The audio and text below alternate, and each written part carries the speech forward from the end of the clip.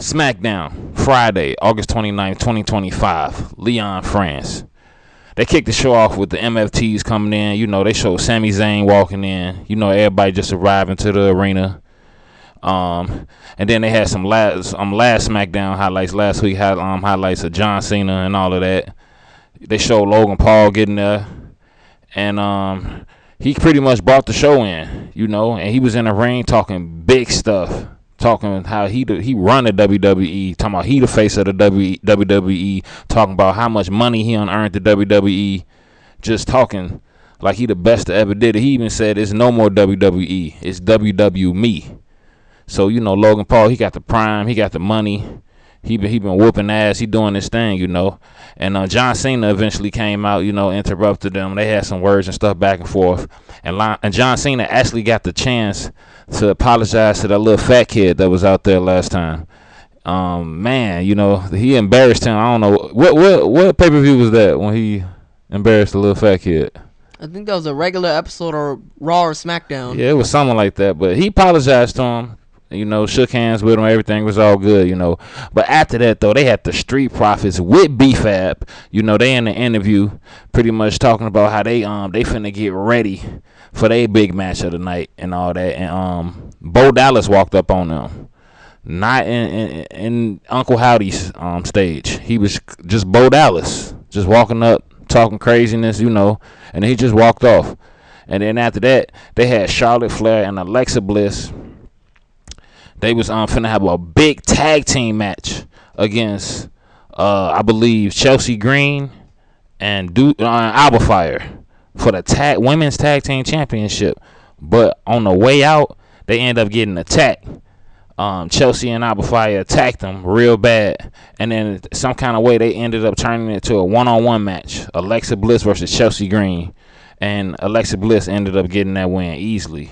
But after that, though, Alba Fire and Chelsea Green ended up attacking Alexa Bliss. And Charlotte limped out to try to help them. And Chelsea and Alba Fire still beat their ass easily. But after that, they had Sami Zayn. You know, he had a little quick interview talking about how he getting ready for that big title match he got, you know, against Solo for the title. And then after that, they showed some footage of Bianca and Unreal, WWE Unreal with the Netflix. You know, they show her some footage of making her costumes and stuff. What you think about Bianca making her outfits for the wrestling, man? It is actually amazing. It's so unique of her to be making her own outfits. I like it. I'm happy for her. Yeah, she be doing her own thing, man. You already know. I can't wait till her to actually come back. But after that, though, they had the Aleister Black promo. You know, him and Damian Priest been going at it. Two of the weirdest guys you'll see or meet. Look at them. Just look how weird they are. They super weird. And they about to have a anything goes weirdos match next time they come across with each other. But after that, though, they had a big matchup. Young Michin, Young Maya Yim. You already know Keith Lee wife. Who she go against? Kiana James.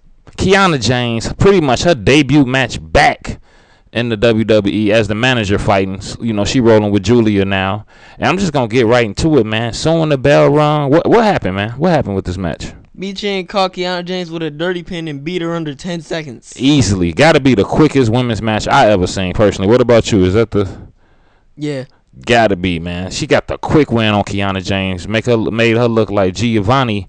Who was that dude who got beat? Giovanni Vinci. Yeah, that's how Kiana James was looking out there. But after that, they ended up beating Michin ass. They put her on the steps and stumped her head on the steps. They did her dirty, so I don't even know if it was even worth it at the end of the day. But after that, they showed Drew McIntyre walking around backstage, you know, ponytail flaring out, whipping and blowing in the wind, you know, getting ready to cause some havoc. And then, you know, he actually came out to the ring. And Randy Orton came out. And, you know, the crowd, they love singing his song and all that. You know how they do. And Drew attacked Randy. And Randy caught him with a crazy DDT. And then the security came out, started breaking them up. And Randy Orton just started handing out RKOs to everybody, all the security. He said, here, you can get an RKO. Here, you can have an RKO. Here, you can have an RKO. He was just giving them out free. Shit, Randy Orton went crazy, man. He was full cocaine mode this night, just going crazy. But after that though, they had the Miz and Carmelo, man. What they call their group? Mellow, don't Miz. Mellow don't Miz. I'm not gonna lie, man. What you think of this tag team? I oddly like it. I don't, man. I hate this tag team. I hate Carmelo Hayes. I hate the Miz, man. This is a bogus tag team. But you say you rocking with them. I don't understand though. But they was backstage talking, about the recent events of Miz keep taking Carmelo Hayes pins and wins. But Miz was just telling, man, we still winning at the end of the day. And who walked up out of nowhere? Young Bo Dallas again, bareface, no mask. He ain't Uncle Howdy tonight. Who knows, man? He's just walking up, just saying the most foulest stuff. I think he told them about Wendy's had a 2-for-1 or something. I don't know. He's just telling people the craziest things. Then he walk off. But after that though, they had the big match, Street Profits with B-Fab versus Mellow Don't Miz. And it was a really decent match between the styles between both of them. B-Fab, she out there with support and all that, doing her thing, supporting the Street Profits. Y'all already know, it was Bobby Lashley, the Street Profits, and B-Fab. They had them a squad. They was doing their thing, but they was going against Mellow Don't Miz.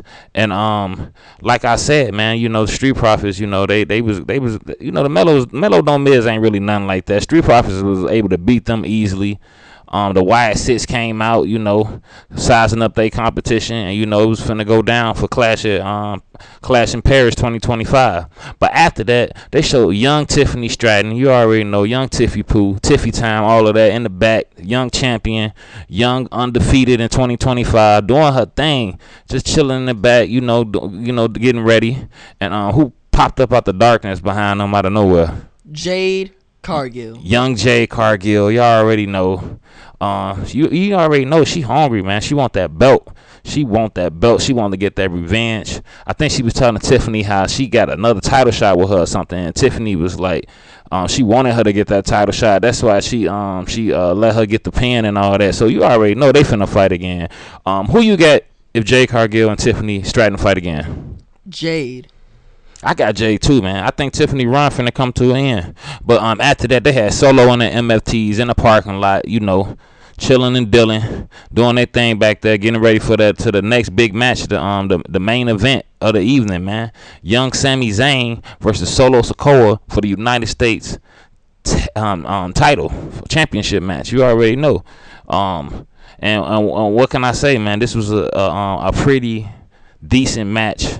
You already know the MFTs is out there doing their thing, trying to make sure that they do the best they can that Sami don't beat Young Solo.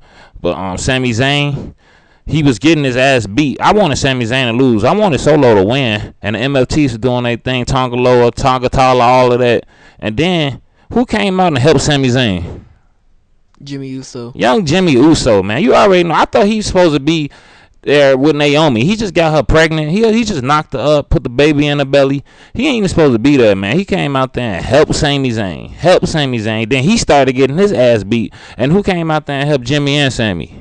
Jacob Fatu. Out of nowhere. Why is people letting Jacob shouldn't even want this to happen? Sami Zayn is finna get a belt that Jacob had, and he came out there and helped him anyway, man.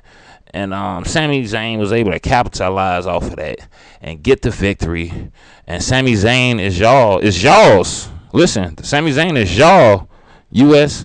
champion, man. What you feel about Sami Zayn? I was gonna call him Samantha. What you think about Sami Zayn being the USA title champion?